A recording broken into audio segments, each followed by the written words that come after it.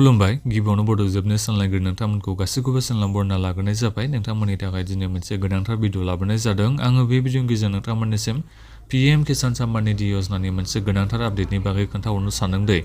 जोंहा माने दायो PM किसान सम्मान निधि योजनानि अनलाइन एप्लाइआथ' सोलिगासिनो दं नालाय दा बेनिफ्राय जोंहा दायो अनलाइन एप्लाइआबो जोबोद माने गोरलैसिनथार जाबाय आरो नोंथांमोना माखासे डिटेल्सफोरखौ दायो जेबो होनांगौनि गोनांथियानो गैला जेरै नोंथांमोना हानि रेजिस्ट्रेसन आइडिखौ नोंथांमोना होनांगौ जायोमोन सिगाङाव अनलाइन एप्लाइ खालामोबा दायो नोंथांमोना हानि रेजिस्ट्रेसन आइडिखौ होनाङा रेशन कार्डबो नोंथांमोना होनाङा माखासे डिटेल्सफोरखौ नोंथांमोना दायो होआबाबो अनलाइन एप्लाइ खालामनो हायो दा बेनिखायनो जायफोर नोंथांमोना जेनेबा सिगाङाव हानि रेजिस्ट्रेसन आइडि गैयिनि थाखाय एबा रेशन कार्ड गैयिनि थाखाय नोंथांमोना एप्लाइ खालामना लानो हायाखैमोनबा दायो नोंथांमोना अनलाइन एप्लाइ खालामना गासिबो लाजोबबानो जाबाय दा बेनिखायनो आङो बे भिडिअनि गेजेरजों नोंथांमोननिसिम खोन्थाहरजोबगोन मबाइलजोंनो नोंथांमोना दायो माने गोरलैयैनो अनलाइन एप्लाइखौ खालामना लानो हायो नालाय दा बेनिखायनो आंबो नोंथांमोननिसिम बे भिडिअनि गेजेरजों मबाइलजोंनो माने अनलाइन एप्लाइ खालामना खोन्थाहरगोन आरो जाहाथे नोंथांमोना गासिबो जायफोर PM किसाननि थाखाय सिगाङाव अनलाइन एप्लाइ खालामना लानो हायाखैमोनबा दायो नोंथांमोना अनलाइन एप्लाइ खालामना गासिबो लाजोबबानो जाबाय जाहाथे नोंथांमोनाबो PM किसाननिफ्राय 2000 रांखौ मोनबाय थानो हायो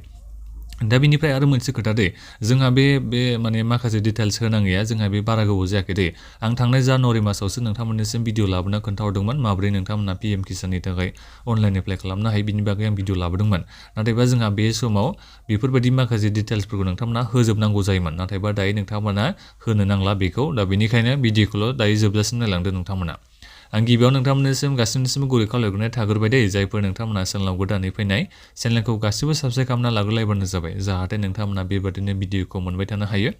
नोंथांमोना गिबियावनो PM किसाननि अफिसियेल वेबसाइटआव फैनो नांगोन आं बे अफिसियेल वेबसाइटनि लिंकखौ नोंथांमोननो भिडिअनि डिसक्रिपसनाव होनानै दोनखादों दा बेहाय फैनायनि उनाव नोंथांमोना नैबे मोनसे अपसनखौ नुनो हादों जानांगौ गासिबो निउ फार्मार रेजिस्ट्रेसन नोंथांमोना बेहाय थुना होनांगोन दै रेजिस्ट्रेसनखौ खालामनो थाखाय गिबियावथ' रेजिस्ट्रेसन खालामग्रोनांगोन नालाय बिनिफ्रायसो नोंथांमोना एप्लाइखौ खालामनो हागोन दा रेजिस्ट्रेसनाव नोंथांमोना मा डिटेल्स होनानै रेजिस्ट्रेसनखौ खालामनांगौ आं बेखौ दायो नोंथांमोननिसिम खोन्थाहरनो सानदों नोंथांमोना भिडिअखौ दायो फारि फारि नायलांबाय थाबानो जाबाय आरो आं गिबियाव नोंथांमोननिसिम मोनसे खोथाखौ बुंग्रोनो सानदों दे जोंहा बे PM किसाननि फैसाखौथ' दायो नोंथांमोना मास मोनब्रैजोंसो 2000 रांखौ मोननो हायो नालाय बोसोरसेयाव नोंथांमोना गासै 6000 रांखौ मोनहैनाय जायो नाथायबा बे फैसाया बारायहैनो हागौ दै जेरै जोंहा मध्य प्रदेशना स्टेट गभर्नमेन्टआ सोदेरना होयो बे PM किसाननि फैसायावनो सेन्ट्रेल गभर्नमेन्टनिफ्रायथ' 2000ल'सो मोनो जेनेबा मास मोनब्रैजों बिनि अनगायैबो माने स्टेट गभर्नमेन्टआवबो आरोबाव सोदेरना होयो फैसा दा बेनिखायनो बिथांमोना माने PM किसाननि फैसाया एसे बारा जायो दा थिग बेबादिनो जोंनाबो जाहैनो हागौ दै नोंथांमोना एसे दैज्ल' हमना थाबानो जाबाय दा बेनिखायनो जायफोर नोंथांमोना एप्लाइखौ खालामना लायाखैबा नोंथांमोना गोख्रैनो एप्लाइ खालामना लाबानो जाबाय दानिया नोंथांमोना गासिबो नायलांबाय थादो नोंथांमोना माब्रै PM किसाननि थाखाय एप्लाइखौ खालामनो नांगौ निउ फार्मार रेजिस्ट्रेसन फर्म दा बेखौ नोंथांमोना फिलआप खालामनांगोन दा बेहाय सोंदों आरो रुरेल फार्मार रेजिस्ट्रेसन जायफोर नोंथांमोना गामि एरियायाव थायो बे रुरेल फार्माराव गोलैयो जायफोर नोंथांमोना सोहोर एरियायाव थायो उर्बान फार्माराव नोंथांमोना सेलेक्ट खालामबानो जाबाय जुदि नोङो गामि एरियानि थागिरिबा नोंथांमोना रुरेल फार्मार रेजिस्ट्रेसन बेखौ सेलेक्ट खालामबानो जाबाय बिनिफ्राय नोंथांनि आधार नाम्बारखौ बेहाय होदो आधारजों लिंक थानाय मबाइल नाम्बारखौ बेहाय होबानो जाबाय आं बेखौबो नोंथांमोननिसिम दायो खोन्थाहरगासिनो दं आं दा मा होनांगौ बेखौल' बेहाय खोन्थाहरग्रोदों बिनिफ्राय नोंनि स्टेटखौ सेलेक्ट खालामबानो जाबाय आसाम बिनिफ्राय नैबेहाय नोंथांमोना नुदों जानांगौ बे केपचा क'डखौ नोंथांमोना बेहाय होबानो जाबाय बिनिफ्राय गेट डाटा बेहाय थुबानो जाबाय आं बेखौ नोंथांमोननिसिम फिलआप खालामना खोन्थाहरगोन गिबियावनो आं बेहाय आधार नाम्बारखौ होना होनि आं बेखौ ब्लार खालामना होनाय जाबाय दे मानो होनोबा बे प्राइभेसिनि खोथा थायो नालाय आधार नाम्बार होखांनायनि उनाव आधारजों लिंक थानाय मबाइल नाम्बारखौ बेहाय होबानो जाबाय मानो होनोबा नोंनि बे मबाइल नाम्बाराव OTP थांगोन दै बेखौ गोसोआव लाबानो जाबाय बिनिफ्राय स्टेटखौ सेलेक्ट खालामदो जोंहा स्टेटआ मा आसाम बिनिफ्राय नैबे केपचा क'डखौ बेहाय थुबानो जाबाय जेरै लिरनानै दङ बेहाय बेबादिनो नोंथांमोना बेखौ होनो नांगोन नङाबा नोंथांमोननियाव OTPआ फैनाय नङा दै बेखौ मिथिना लाबानो जाबाय XZ बिनिफ्राय नोंथांमोना नै बिथिं नुदों जानांगौ डेस्कटप साइडआव नोंथांमोना बानायबा बेखौ फुल डिटेल्सखौ मोननो हागोन बे गोथां नुनायाव नोंथांमोना गेट OTP बेहाय नोंथांमोना थुबानो जाबाय आं बेहाय थुनानै होबाय बिनिफ्राय OTPआ नोंनि मबाइल नाम्बाराव थांबाय दे नोंथांमोना नायनांगोन नै इन्टार OTP माने आंनि मबाइल नाम्बाराव दायो OTP फैबाय नोंथांमोना गोजौआव नुदों जानांगौ नै OTPआ फैबाय OTP फैखांनायनि उनाव नोंथांमोना मा खालामनांगोन नैबे केपचा क'ड मोनसे नुबावदोंना बे केपचा क'डखौ नोंथांमोना नैबे थुना होबावनांगोन दे बिनिफ्राय नोंथांमोना मा खालामदो नैबे मोनसे गोथां नुनाय दंना बेहाय नोंथांमोना नुजोबाखै बेहाय नोंथांमोना खेनसे थुना होबानो जाबाय बेहाय थुखांनायनि उनाव मोनसे खोथाखौ गोसोआव लाबोनो जाबाय नोंनि आधार नाम्बारावबो आधार नाम्बारजों लिंक थानायाव आरोबाव मोनसे OTP थांबावगोन दै बे OTPखौ नोंथांमोना आरोबाव बेहाय फिलआप खालामनांगोन दै बिनिफ्राय आङो आधार नाम्बाराव फैनाय आधारजों रेजिस्टार जानाय मबाइल नाम्बाराव OTP थांनायखौ आं बेहाय होबाय दै OTP खेननै फैगोन फार्स्टआवनो नोंनि मबाइल नाम्बार होनायाव बेहाय OTP थांगोन बिनिफ्राय नोंनि बे आधारजों लिंक थानाय मबाइल नाम्बाराव आरोबाव खेनसे OTP थांबावगोन बेखौबो नोंथांमोना फिलआप खालामनांगोन बिनिफ्राय बेहाय होनायनि उनाव नोंथांमोना भेरिफाइ आधार बेहाय नोंथांमोना थुना होबानो जाबाय बेहाय थुनाय लोगो लोगोनो मा जागोन नोंनि बे एप्लिकेसन फर्मआ अपेन जागोन दै नोंथांमोना बेहाय नुदों जानांगौ नै गासिबो नुबाय जानांगौ नोंथांमोना नै बेहाय नायबानो जाबाय नोंनि स्टेट डिस्ट्रिक्ट बेखौ सेलेक्ट खालामनांसिगोन साब डिस्ट्रिक्ट ब्लक भिलेज बेफोरखौ नोंथांमोना सेलेक्ट खालामनांसिगोन दा आं बेखौ नोंथांमोननिसिम फिलआप खालामनानै बेहाय खोन्थाहरनो सानदों जेरै आसामाथ' जोंहा दहायनो सिगाङाव सेलेक्ट खालामखाबाय बेथ' जाखाबाय डिस्ट्रिक्टखौ दानिया गावबागाव सेलेक्ट खालामबानो जाबाय नोंनि डिस्ट्रिक्टआ मा बेहाय आङो एग्जाम्पल महरै नोंथांमोननिसिम सेलेक्ट खालामबाय डिस्ट्रिक्टखौ सेलेक्ट खालामनाय लोगो लोगो नोंथांमोना आरोबाव माखौ सेलेक्ट खालामनांगोन साब डिस्ट्रिक्टखौ गावबागावनिखौ सेलेक्ट खालामबानो जाबाय बिनिफ्राय साब डिस्ट्रिक्टनि उनाव ब्लकखौ नोंथांमोना सेलेक्ट खालामदो गावबागावनि ब्लकआ बबे बेखौ नोंथांमोना सेलेक्ट खालामनांगोन दानिया बेनिफ्राय फैदो मेन खोथायानो जाबाय जोंना भिलेज बेहाय नोंनि ब्लकनि सिङाव खैथा भिलेज दङ बेहाय गासिबो जाखांगोन दा बेखौ नोंथांमोना नागिरनानै मा खालामनांसिगोन बेखौ फिलआप खालामनांसिगोन दे बेखौ नोंथांमोना मिथिना लाबोनो जाबाय बेहाय नोंथांमोना ब्लकखौ जाथामला सेलेक्ट खालामोबा नोंनि बे भिलेजनि नामा बेहाय जाखांनाय नङा दा बेनिखायनो डिस्ट्रिक्टखौ होखांनायनि उनाव साब डिस्ट्रिक्टखौ नायनानै होदो गावबागावनि साब डिस्ट्रिक्टआ मा बिनिफ्राय ब्लकखौ मोजाङै नायनानै होबानो जाबाय बिनि उनाव भिलेज अब्लासो नोंनि बे भिलेजनि नामा बेहाय जाखांगोन दे बेखौ नोंथांमोना गोसोआव लाबानो जाबाय नङाबा नोङो बेखौ जाथामला होयोबा ब्लकनि नामखौ जेनेबा नों बेलेगखौ होफ्लाङोबा नोंनि भिलेजनि नामा बेहाय ओंखारनाय नङा बेखौ मिथिना लाबानो जाबाय दा बिनिफ्राय बेहाय फार्मारनि नाम बे थाखागोन ओमफ्राय फार्मारनि जेन्डारा मा बे फिलआप थाखागोन नोंनि आधारजोंनो बेहाय बे डाइरेक्ट फैखागोन बेहाय डिटेल्सआ बिनिफ्राय गावबागावनि केटेगरिखौ सेलेक्ट खालामदो SC ST बेखौ नोंथांमोना सेलेक्ट खालामबानो जाबाय बिनिफ्राय बेखौ नोंथांमोना गोसोआव लाबानो जाबाय फार्मार टाइप बेनि बागै आं नोंथांमोननिसिम बेहाय खोन्थाहरनो सानदों सेलेक्ट फार्मार टाइप बेहाय थुदो बेहाय बुंदों आरो स्मल 1-2 हेक्टेयर माने बेहाय 1 to 2 हेक्टेयर बेहाय बुंदों आरो जायफोर आबादारिनि नोंनि जेनेबा नोंनि हाया मात्र 1 नङाबा 2 हेक्टेयरनि गेजेराव दङबा नोंथांमोना बे फार्स्टनिखौ सेलेक्ट खालामबानो जाबाय जुदि 2 हेक्टेयरनि नोंनि बे हाया बाराबा नोंथांमोना आदार्सखौ सेलेक्ट खालामबानो जाबाय दा आंनि बेलायाव आं बेहाय एग्जाम्पल महरै फार्स्टनिखौ आं सेलेक्ट खालामना होबाय दे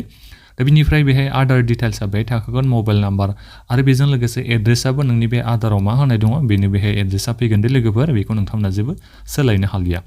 दानिया नोंथांमोना गासिबो नुनो हाबाय जानांगौ नै लेन्ड रेजिस्ट्रेसन आइडिखौ नोंथांमोना होआबाबो अनलाइन एप्लाइखौ दायो खालामनो हायोसै मानो होनोबा जोंहा बेयो मेन्डेटरि नंला नैबे जोंहा लेन्ड रेजिस्ट्रेसन आइडि बेहाय जोंहा गोजौआव स्टार मार्क होनाय गैला माने जोंहा बेयो मेन्डेटरि एबा कम्पालसरि नंला जायफोर नोंथांमोना दायो जेनेबा गावनि बे हानि रेजिस्ट्रेसन आइडिया मामोन बेखौ दायो नोंथांमोना मिथियाबा जेबो सिन्था खालामनांगौनि गोनांथि गैया नोंथांमोना दायो अनलाइन एप्लाइखौ खालामनो हागोन हानि रेजिस्ट्रेसन आइडिखौ नोंथांमोना बेहाय ब्लेंकयै होबाबो नोंथांमोना जेबो फिलआप खालामाबो बियो जेबो नंला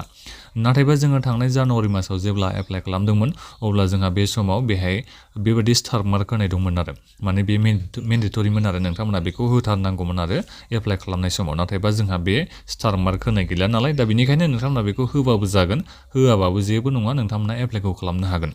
दा बेनिफ्राय फैदो जोंहा नेक्स्टआव बेनो जाहैबाय रेशन कार्ड नाम्बार दायो जेनेबा हमना ला नोंनियाव रेशन कार्ड गैयाबा नोंथाङा दायो एप्लाइखौ खालामनो हासिगोन दै जोंहा सिगाङाव रेशन कार्ड थाथारनांगौमोन अनलाइन एप्लाइखौ खालामनो थाखाय बेबो जोंहा मेन्डेटरिमोन आरो बे स्टार मार्क होनाय दंमोन दा बेहाय जोंहा स्टार मार्क होनाय गैला नालाय दा बेनिखायनो नोंथांमोना रेशन कार्ड होआलासिनोबाबो नोंथांमोना अनलाइन एप्लाइखौ खालामनो हागोन जायफोर नोंथांमोनाव रेशन कार्ड गैयाबाबो नोंथांमोनाबो गासिबो एप्लाइखौ खालामना लानो हाजोबसिगोन नोंथांमोना बेहाय जेबो फिल खालामनांगौनि गोनांथि गैया जुदि नोंथांनियाव रेशन कार्ड गैयाबा दा बेखौ नोंथांमोना गासिबो मिथिबाय जानांगौ दा बेनिखायनो जायफोर नोंथांमोना सिगाङाव अनलाइन एप्लाइ खालामनो हायाखैमोनबा रेशन कार्ड गैयिनि थाखाय एबा बे हानि रेजिस्ट्रेसन आइडिखौ नोंथांमोना मिथिनो थाखाय नोंथांमोना अनलाइन एप्लाइखौ खालामनो हायाखैमोनबा दायो नोंथांमोना गोख्रैनो अनलाइन एप्लाइखौ खालामना लाबानो जाबाय जाहाथे नोंथांमोना PM किसाननि बे फैसाखौ मोनबाय थानो हायो बिनिफ्राय नैबे बुंदों आरो एक्सेप्टेन्स अफ PM किसान मानधन योजना जुदि नोंथांमोना PM किसान मानधन योजनानि स्किमखौ नोंथांमोना एप्लाइ खालामनानै लाब मोनगासिनो दङबा नोंथांमोना बेखौ सेलेक्ट खालामना येस होनो हागोन नङाबा नो होबानो जाबाय जेबो नङा बियो बिनिफ्राय दाना मेन खोथायानो जाहैदों जोंहा नोंनि बे हाया लेन्ड हल्डिंआ अनारशिपआ सिंगल माने नोंनिल' ना जयनाव दङ जुदि नोंनि हाया जेनेबा न'खरनि हाया न'खरावनो जयै दङबा नोंथांमोना जइन होबानो जाबाय नाथायबा न'आ जुदि सासे मानसिनि नामावबा जेनेबा नोंनिल' नामाव दङबा सिंगोलखौ नोंथांमोना होबानो जाबाय बेखौ मिथिना लाबानो जाबाय बिनिफ्राय दाना नोंथांमोना मा खालामनांगोन नैबेहाय एड नुदोंना बे एडआव नोंथांमोना थुना होनो नांगोन दै आं बेहाय एडआव थुना होनि नोंथांमोना आं बेहाय खोन्थाहरनो सानदों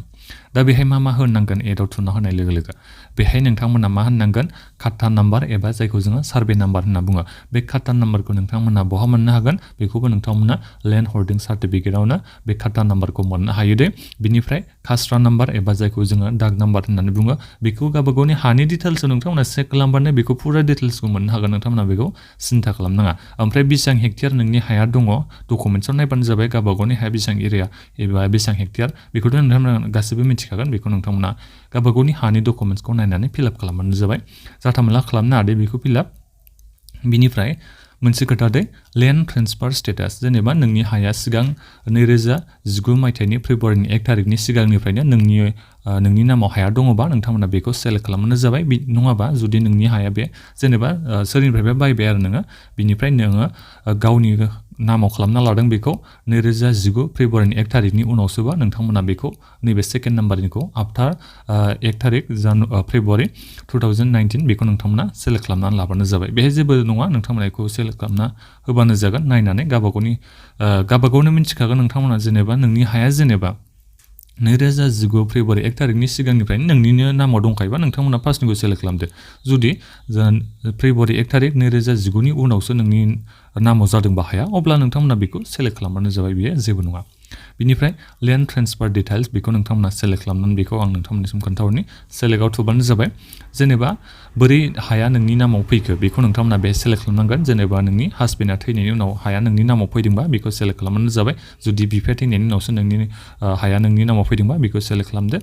बिरासतआव मोननायबा बेखौ नोंथांमोना बिरासतआव मोननायखौ सेलेक्ट खालामबानो जाबाय पारचेस अफ लेन्ड जुदि हाखौ बायनानै मोननायाव नों नामाव खालामना लाबायबा बेखौ नोंथांमोना सेलेक्ट खालामबानो जाबाय गावबागावनि सायाव माने गावबागावनि लेन्डनि माबाखौ नायनानै बे सेलेक्ट खालामबानो जाबाय आरो जेनेबा नोङो हाखौ बोरै मोननाय बेखौ नोंथांमोना सेलेक्ट खालामबानो जाबाय लेन्ड डेट माला नोङो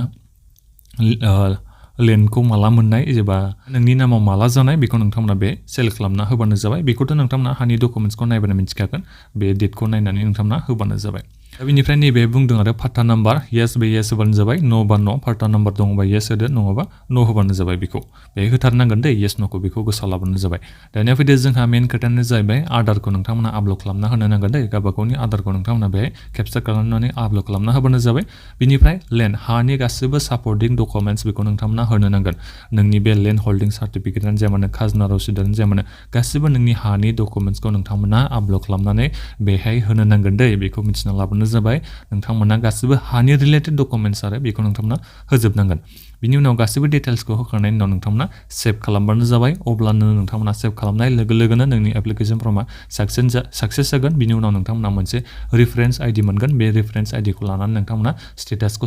चेक खालामबाय थानांगोन नोंनि एप्लिकेसन फर्मा एक्सेप्ट जाखो ना रिजेक्ट जाखो दा माबोरै चेक खालामनांगौ आं बेखौबो नोंथांमोननिसिम खोन्थाहरनो सानदों बेखौथ' नोंथांमोना गासिबो मिथिजोब्बाय जानांगौ बे एप्लिकेसन फर्माव जेबो गैया माखासे बेसिक डिटेल्सल' नोंथांमोना साबमिट खालामनांगौ दानिया आं बेहाय नोंथांमोननिसिम खोन्थाहरनो सानदों नोंथांमोना माबोरै माबाखौ आरो गावबागावनि स्टेटासखौ चेक खालामनांगौ आं बेखौ नोंथांमोननिसिम दायो बेहाय खोन्थाहरनो सानदों नोंथांमोना मा खालामनांगोन नैबे नुदों जानांगौ नै बेनिफिसियारि स्टेटास बे नोंथांमोना चेक खालामनो हायो बेनिफिसियारि फैसा हाबगोन ना हाबा बेखौ नोंथांमोना बेहाय चेक खालामनो हायो नाथायबा जायफोर जेनेबा बेनिफिसियारि लिस्टआव फैग्रोनांगोन दे चेक खालामनायनि सिगांनो बेनिफिसियारि लिस्टआव नोंनि नामा फैनो नांगोन फैसा मोननो थाखाय बे बेनिफिसियारि लिस्ट बे नोंथांमोना खेनसे थुना होबानो जाबाय सरि मायावबासो थांलायलांबाय नोंथांमोना नायनो हागोन बे बेनिफिसियारि लिस्टआव थुना होदो बिनिफ्राय नोंनि गासिबो डिटेल्सखौ होबानो जाबाय बिनि उनाव नोंथांमोना गावनि रिपर्टखौ नुनो हागोन बिनिफ्राय आरोबाव मोनसे अपसन दंबावो नोंथांमोना नायनो हागोन status of self registered farmer नोंथांमोना बे थुनानै गावनि गासिबो स्टेटासखौ चेक खालामनो हायो नोंनि एप्लिकेसन फर्मा माबायदि कन्डिसनाव दं रिजेक्ट जाखो ना माबायदि जाखो दा बेनिखायनो आसा खालामदों आङो गासिबो नोंथांमोना बे पिएम किसाननि थाखाय अनलाइन एप्लाइखौ गोख्रैनो खालामना लागोन होननानै मानो होनोबा जोंहा बे एप्लिकेसन फर्मा दसेल' खुलियो दसेनि उनावनो नोंथांमोना बन्द जानायखौ नुनो मोनगोन दा बेनिखायनो जेसेबां हायो थाब नोंथांमोना अनलाइन एप्लाइखौ खालामनो नाजाबानो जाबाय दा बेखिनियानोमोन माबाफोर सोंनांगौ दङबा नोंथांमोना भिडिअ कमेन्ट बक्सआव गासिबो कमेन्ट खालामनानै सोंहरनो हागोन बे भिडिअखौ नोंथांमोना शेयार खालामना होबानो जाबाय